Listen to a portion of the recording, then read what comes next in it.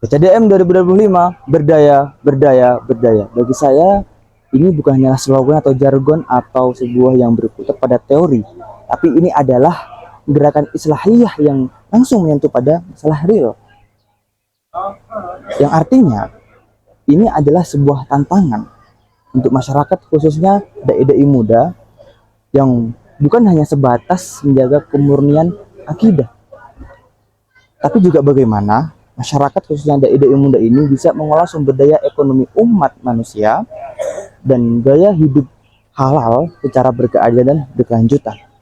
Alhamdulillah saya Mustafa Sidiki, perwakilan dari Jawa Tengah untuk mengikuti kegiatan pembibitan calon dai muda yang diselenggarakan oleh Kementerian Agama Republik Indonesia.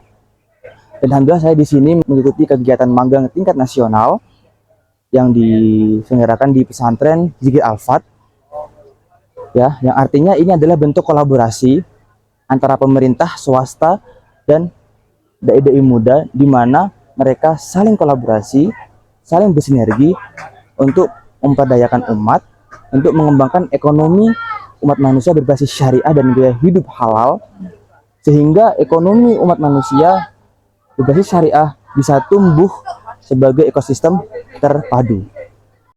Kemudian, berbicara soal gaya hidup, itu jangan pernah dipersempit pada soal makanan atau minuman saja, atau pada fashion saja, tapi semua pada aspek kehidupan kita sehari-hari.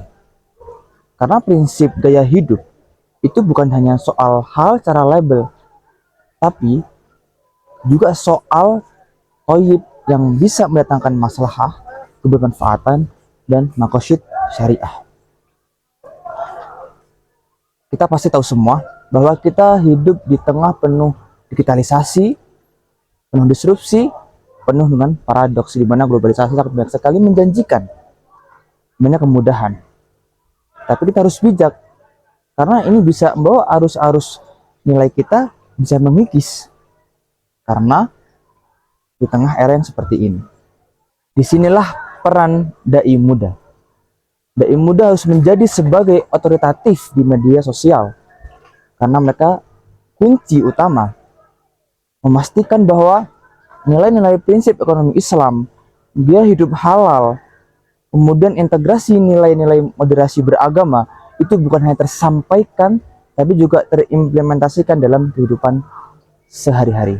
Masalah yang terbesar hari ini bagi saya bukan hanyalah soal minimnya literasi ekonomi berbasis syariah, akan tapi akses modal yang masih membatasi, yang akibatnya rentenir, tengkulak itu masih terus merajalela saat ini, khususnya di kawasan 3T.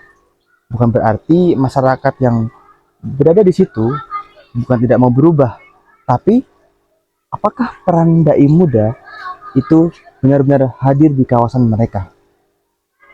Inilah pentingnya kolaborasi, sinergi lintas sektor, dan integrasi nilai-nilai moderasi beragama.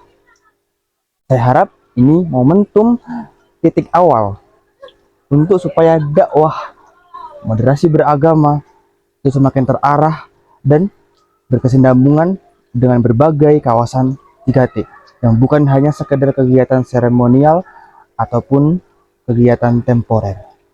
Terima kasih.